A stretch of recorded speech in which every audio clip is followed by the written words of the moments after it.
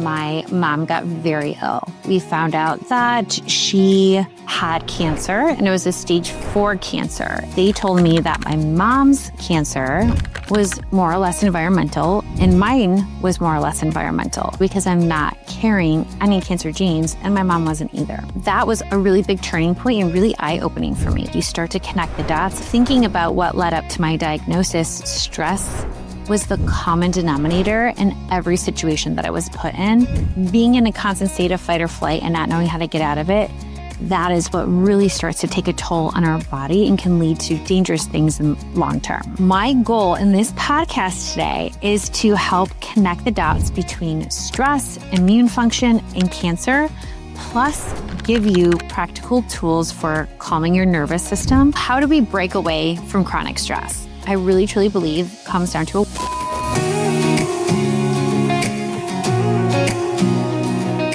Hello, friends. Welcome back to the Cancer Proof Living podcast. I'm so glad you're here.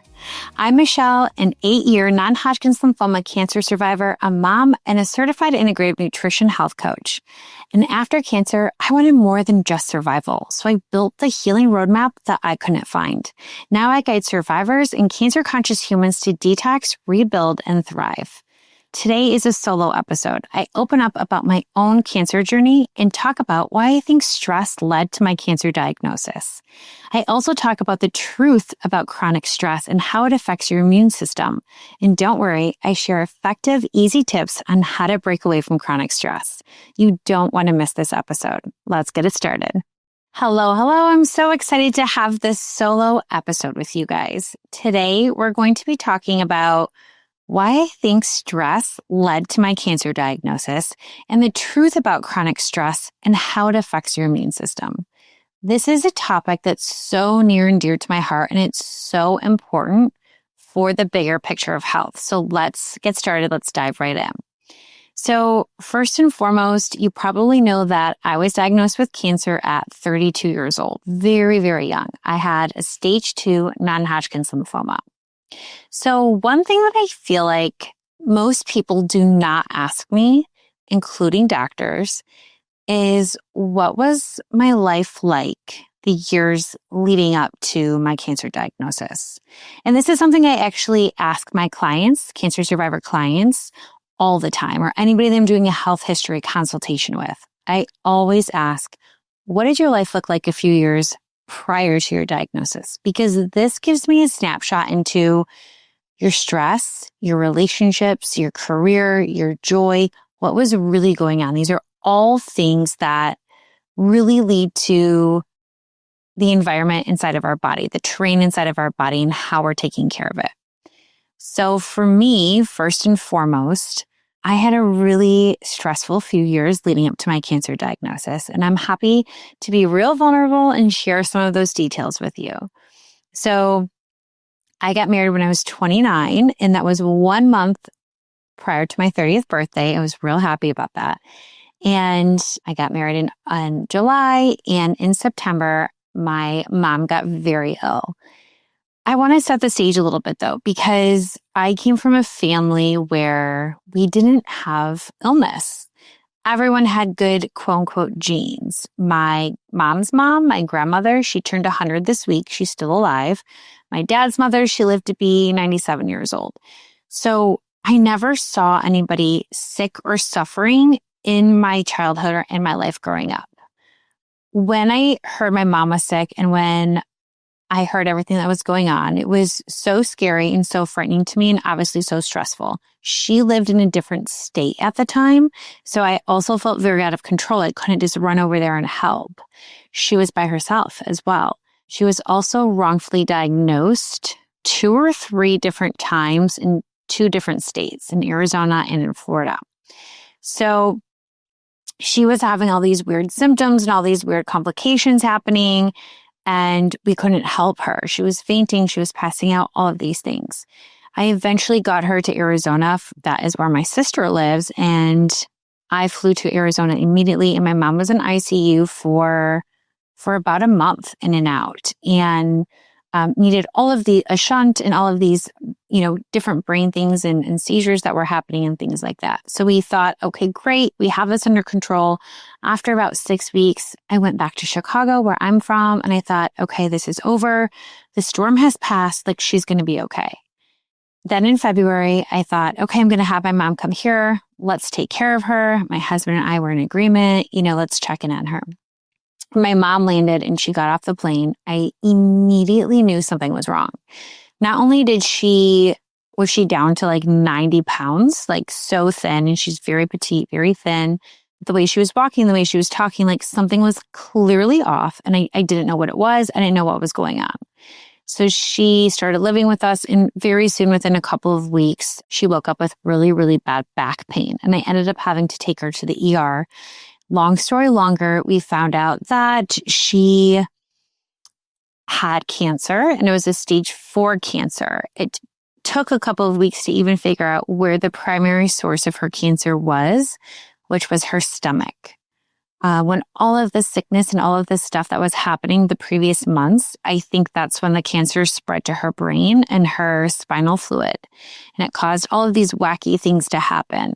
So they ended up giving her 6 weeks to live. So coming, from my perspective as her daughter, I was just told my mom had 6 weeks to live, and I didn't know what was going on. And they told me it was an uphill road and treatment was never going to work, and, savor your moments in. It was absolutely horrific. My husband and I were devastated. Our whole family was devastated, but it was so incredibly stressful because she was already so sick. And so the oncologist really prepared me for what every day was going to look like. And I was trained on how to save her life. We were in and out of the hospital every day and a half, every 2 days, because she always needed her stomach pumped and all these different things. It was the most stressful situation in my entire life. I think it was more stressful than my own cancer diagnosis because I had to become the parent overnight. And I had to have a front row seat to my mother suffering and watching her get sick and pass away. It was traumatic. I was also making very big decisions that, you always kind of second guess. And am I doing the right thing? It was mental, emotional stress. I was taking care of her. I was financially taking care of her. All of the things. She ended up living 6 months versus 6 weeks. And yes, that was such a blessing because I got more time with her, but the quality of life and everything she endured was so horrific and so traumatic. As her daughter and as her caregivers and what we had to see, it was so traumatic. So when she passed, I had all of this PTSD, all of this trauma, all of this stress that I didn't really know what to do with. I was also working full-time from home while taking care of her. So my full-time job and then taking care of her, right? Taking calls from the hospital, leading group calls. It was just crazy, the amount of stress and adrenaline that was pumping through my body at all times.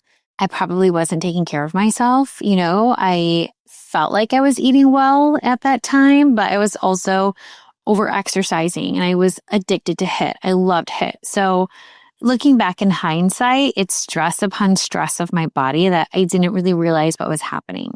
But not only that, after she passed, I felt like I was really stuck in grief.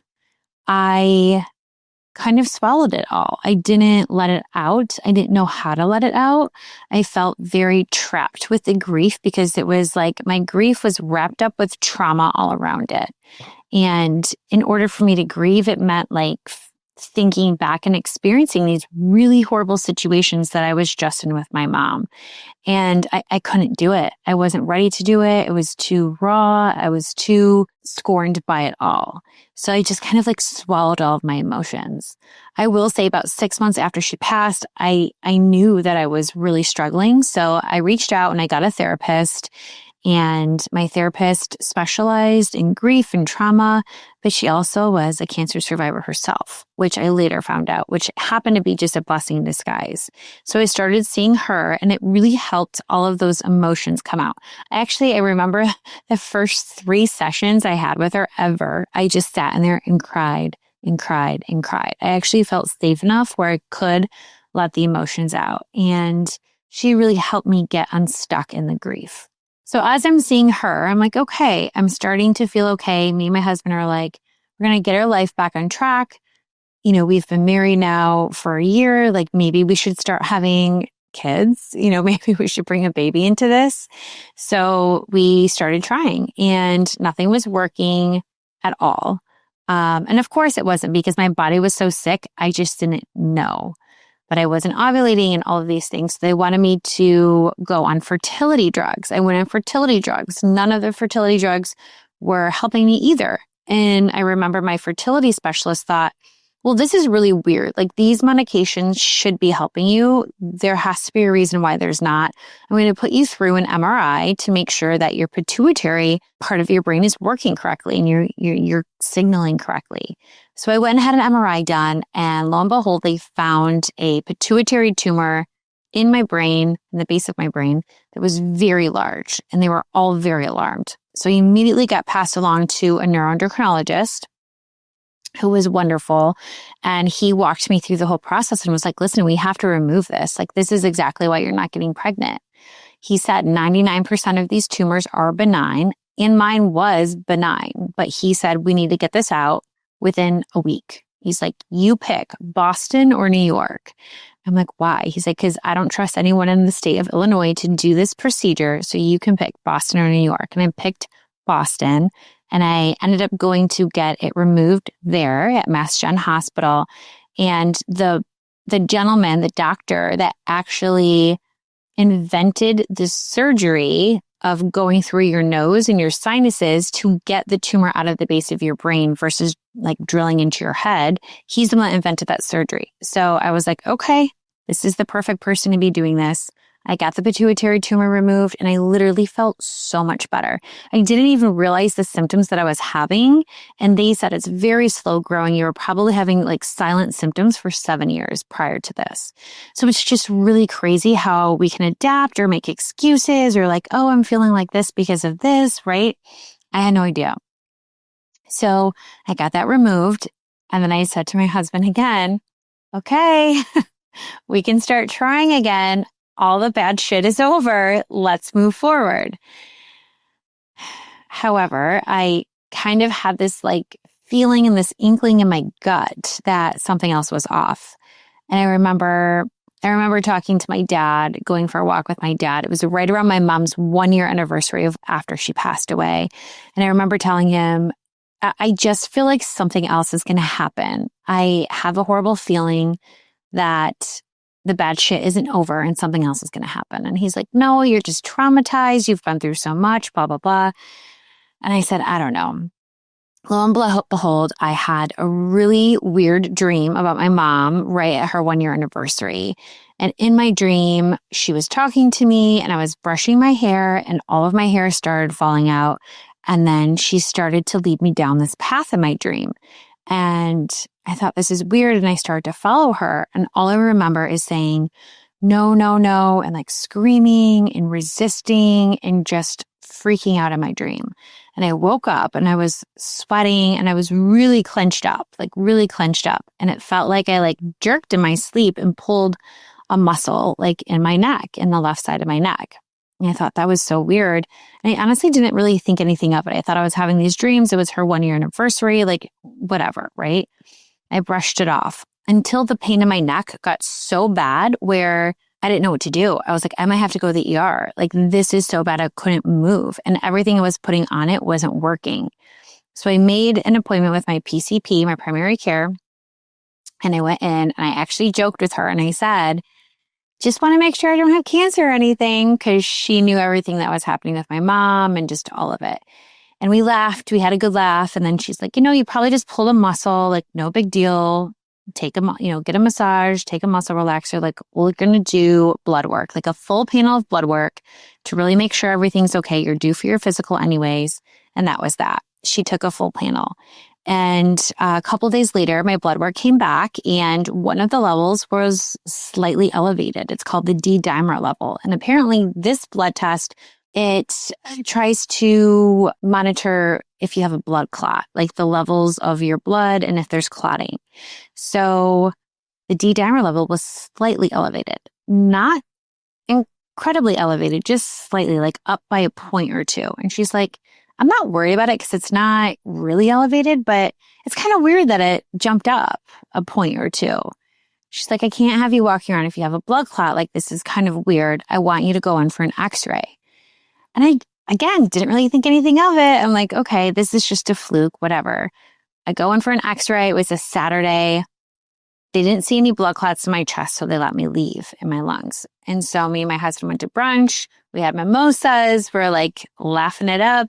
And we drive home. And as I'm pulling into my garage, I get a call and it says Northwestern Hospital. It was my doctor. And she's like, listen, we found a 10 centimeter by 10 centimeter mass in your chest. I can't tell you what this is. I can't say that it's not cancer, but you need to get it biopsied ASAP. And that put me on my road to figuring out my non-Hodgkin's lymphoma stage 2 cancer. That was the hardest moment of my life for sure. I crumbled because I thought this had to be a sick joke. It was 1 year after I just buried my mom, and the amount of stress and trauma all kind of came rushing back to me. And I just couldn't believe this was happening to me. It was like an outer body experience. I remember just falling to the ground and just crying and just like uncontrollably crying. And I just knew it. Like I knew it was cancer. I knew it in my gut. I knew this was going to happen. I just knew something was going to happen in my life. And it's just so weird, the timing around it, because I just didn't think I had anything left in me to fight. Like I didn't think I could fight forward after fighting for my mom for so long. And I just knew that I had a really, really long road ahead of me. But I also knew the only experience with cancer I ever had was seeing my mom go through it. So in my head, I'm like, oh my gosh, all of these things. My mom lost her hearing. She was almost going blind. She was having strokes. Like I thought, is this going to happen to me? I didn't know what to think. And my mind was just in the most anxious spot it's ever been in my entire life. It was absolutely horrific. So I think it's important to understand where people are coming from when they're diagnosed with cancer and what was leading up to it. Now, I've had a lot of clients even say to me, you know, I felt my best leading up to cancer. It was like I was at my fittest and I felt great. But you know, what we're eating, our exercise, all that is one piece of the puzzle. There's so many other pieces of the puzzle that contribute to the bigger picture of health that we have to think about. And as I thought I was eating healthy. You know, I would still eat fast food and certain things. I wasn't eating organic, but it was as healthy as I thought. Even though it was a little brainwashed by all the marketing that was out there, it was still relatively healthy, doing HIIT 5 times a week. I was going on girls' trips with my friends, you know, I was being a newlywed with my husband and trying to deal with everything handed to me. So on paper, if you would have saw my nutrition and my exercise, like, yeah, you're 30 to 32 years old. You're doing everything right. And it's great. But the reality was I had so much stress happening in my life and emotional trauma that wasn't being dealt with. So my goal in this podcast today is to help connect the dots between stress, immune function, and cancer, plus give you practical tools for calming your nervous system if you're looking to prevent cancer or if you're healing, wherever you're at in your journey. These are amazing tools and tips that you can take with you. But I think the most important thing is to have this knowledge and this awareness, because when you do, things start to shift and change. So I really also want to be clear about the science of stress.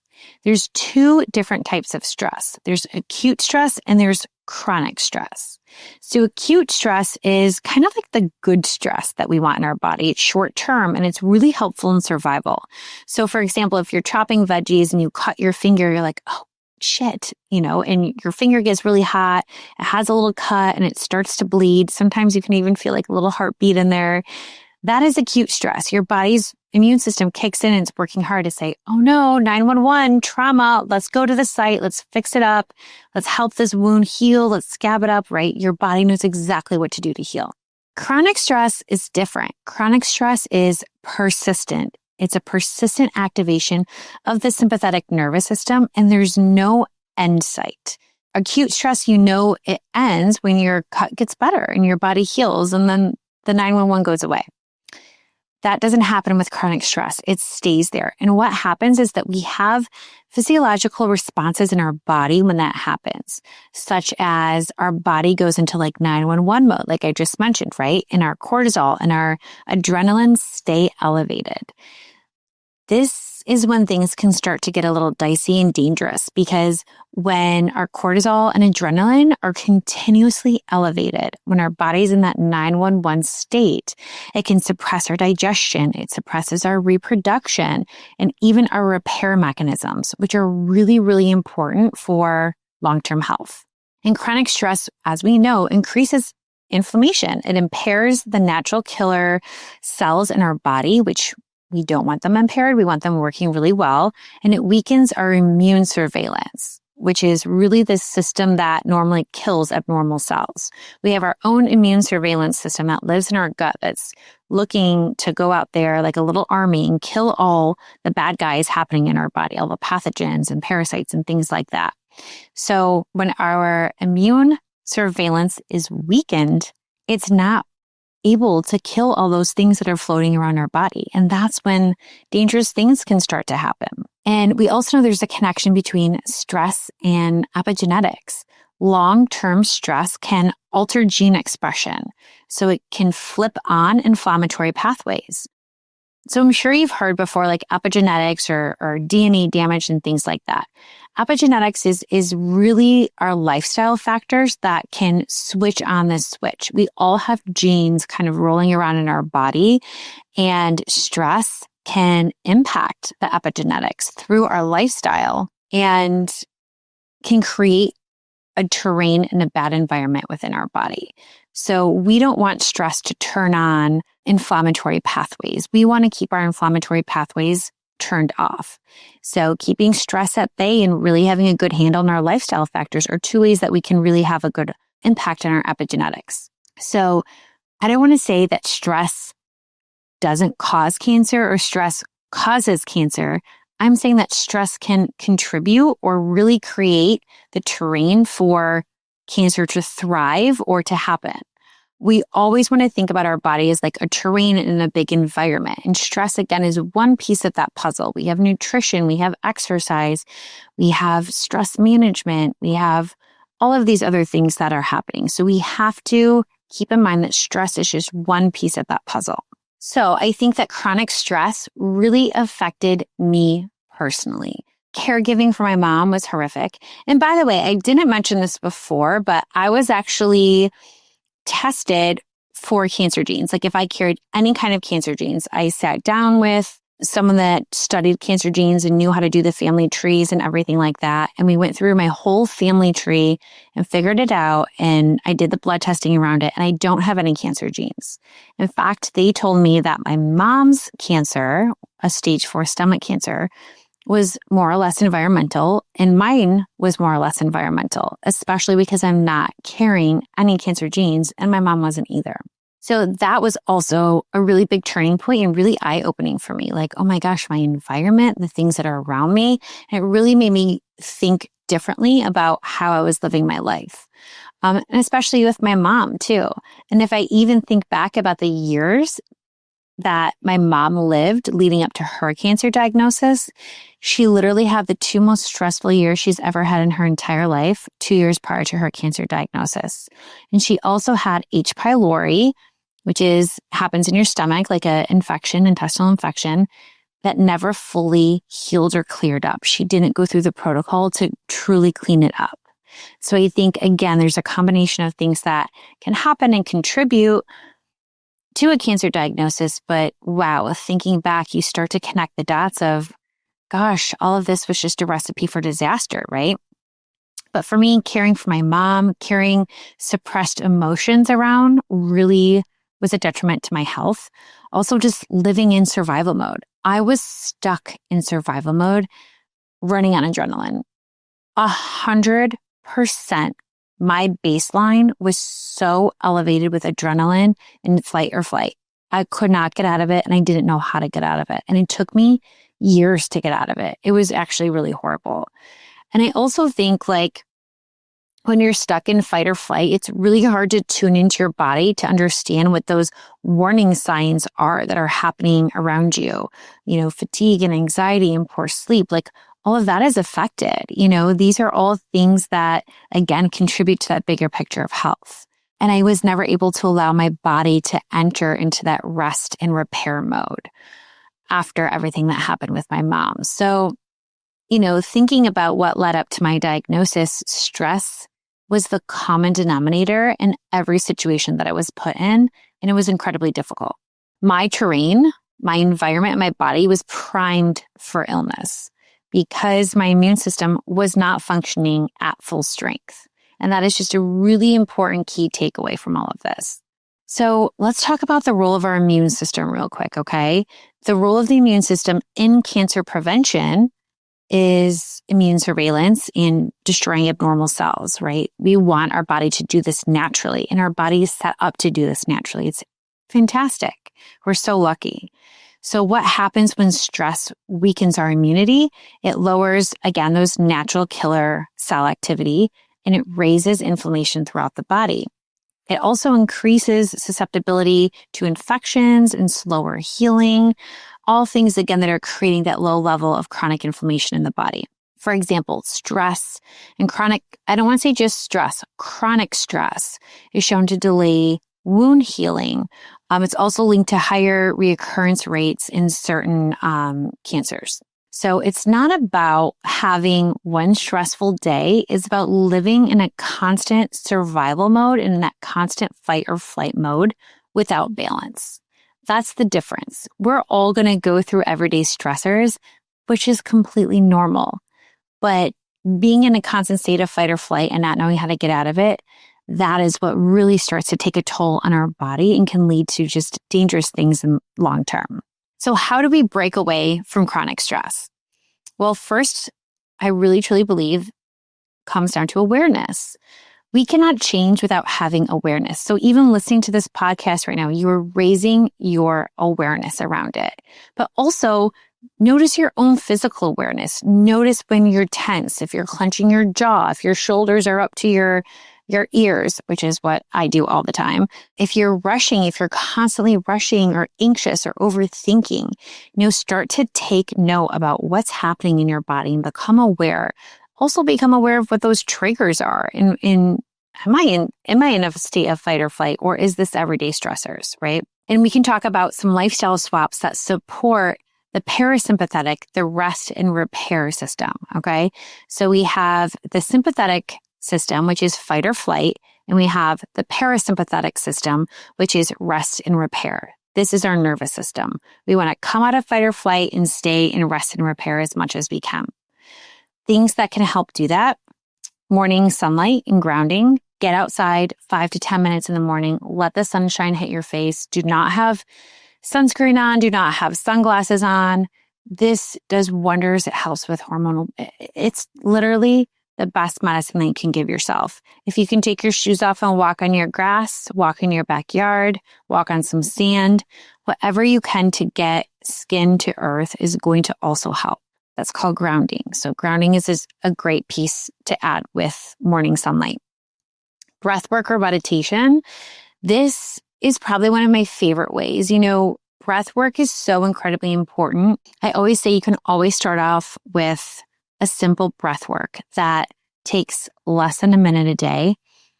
It's called box breathing. You can inhale for 4 seconds through your nose, hold the air in your lungs for 4 seconds, and then breathe out through your lips, like pursed lips, for 4 seconds. And then you wait for 4 seconds, and then you start it all over again. Box breathing is a great way to get started on breath work, but it also triggers your body to get out of fight or flight and go into that rest and repair mode. It's the fastest way to do it. I tell my clients all the time, if you're having anxiety attacks, if you're in a spiral, if you're just stuck in traffic and having a hard time, or if it's just a long day with the kids, you can always do deep breathing no matter where you're at. I swear by it. I think it's fantastic. Your body immediately calms down. There's so many great advantages to breath work. You can do 3 rounds of it. You can do 6 rounds of it. You can do 20 rounds of it, whatever you have time for. But it's a great tool to use. And then meditation. Meditation's awesome. I used to meditate. I still meditate, but I used to meditate every single day religiously when I came out of cancer treatments. Meditation and journaling were the 2 things that helped me deal and process my trauma. My trauma was so out of my hands, not only from my mom, but from my own cancer journey and just the really hard time I had recovering after cancer. I had so much PTSD and anxiety. I could not sit still. I was vibrating on a completely different level. It was horrific. And meditation and journaling were the 2 things that were able to really help and bring my mind down and put me at ease. Walking after meals, this is great for lowering cortisol and balancing blood sugar and getting outside. Nature is its own medicine. Protein and fiber at meals, this also helps balance blood sugar. I am mentioning balancing blood sugar because it's important because blood sugar swings can sometimes trigger cortisol. So we don't want to trigger our cortisol anymore. So protein and fiber help keep your body fueled and balanced, which is what we want. Also, better boundaries. This was a really hard one for me. I am a recovering perfectionist, recovering type A personality, but also a recovering people pleaser. So learning to say no and setting up boundaries in my life still feels sticky. I do it, even though it makes me feel uncomfortable, but it still feels sticky and it doesn't always feel natural. But it's probably one of the biggest shifts that I made that really helps me take care of myself, especially as a woman, where I feel like we put everyone else before ourselves, including our kids and families and all the things that we have on our to-do list and our forever list, right? So putting boundaries in place is a game changer. Sleep hygiene is also crucial, keeping a cool room, keeping your phone out of your room, and having a consistent wake and sleep time. That is going to help set your circadian rhythm up for success. There's honestly so much more too that I could mention, but I feel like these are some really great lifestyle swaps that you could take home with you today and try to implement. Having better boundaries. If you don't want to do something, saying no does not make you bad. You can absolutely do that, right? Taking a quick walk after meals, especially before the weather changes. That's something we can all easily do. Breath work or journaling or meditation, thinking about really what's going to help you. And I will say this, right? There's certain stress management tools that it's like we can do them and it checks the box, but does it really relieve our stress? I'm so guilty of this because I'm so type A. I'm like, okay, I can make a list and do all of the things every day. And that's going to give me stress management. But I've had to really check myself and say, is this really relieving my stress or am I doing it because I'm just doing another thing? So really getting quiet with yourself and saying, is this helpful? Is the deep breathing helping? Is the walking helping? Or am I on my phone the whole time? Am I distracted, right? Really getting in touch with yourself. And again, building that awareness. That is key. And that's exactly what this part of the podcast is about. Building the awareness, unclenching the jaw, bringing your shoulders down throughout the day, scheduling in little mini breaks on your calendar so you have time, not scheduling yourself to be back to back to back all day, every day, giving yourself time to get to places. These are all ways we can help calm our nervous system. Okay. And I want you to remember too, I wrote this down in my notes. Slowing down is not lazy. It's a medicine for your nervous system. And trust me, easier, you can probably say like, oh, you know how to do all of this, easier said than done. It's not. It's so hard for me. And when I was in therapy, because I was in therapy for years, she told me, my therapist, you will know when you are quote unquote healed, when you can sit for a day and do nothing and feel completely okay about that. And it took me a really long time to get there. Now I love it and I crave it. My body needs it. I know when I need it. Even time just to shut down away from friends and people. Having downtime is so therapeutic. But there was a time and place where sitting still felt so uncomfortable to me, or not doing my to-do list felt so uncomfortable to me. I really tied my identity to my career, to my to-do list. My importance was built off that. It was a very sick cycle that I put myself in. And so unraveling that and being able to take a step back felt very uncomfortable, but eventually started to feel very normal. And I could really feel the benefits of what that was like. So slowing down is not lazy. It's medicine for your nervous system. Tell yourself that every time it feels a little uncomfortable to slow down. Okay. Also, another really great thing that I loved for balancing anxiety is like a brain dump at night. I mentioned that journaling really helps me. But if you're somebody that wakes up in the middle of the night with anxiety, or you wake up and you're like, oh my God, my to-do list, and I didn't get a chance to do all the things that I thought I was going to do. And your mind starts going and you're like, oh, I have to pack the lunches. I have to do this. And it's like, you're in a vicious cycle. Do a brain dump before you go to bed. Get a pen and paper or go on the notes section in your phone and just brain dump. Write down everything and anything. Whatever bothered you throughout the day, what was working, what wasn't working, write down your to-do list, what we're going to do next day. Get everything off of your chest, all the things causing that anxiety before you go to bed in a journal or in the notes. This is going to help so much with reducing anxiety and helping you sleep better. Getting it all out of your mind is really important, okay? So I encourage you, pick one of these practices to try this week. You could even try a gratitude list.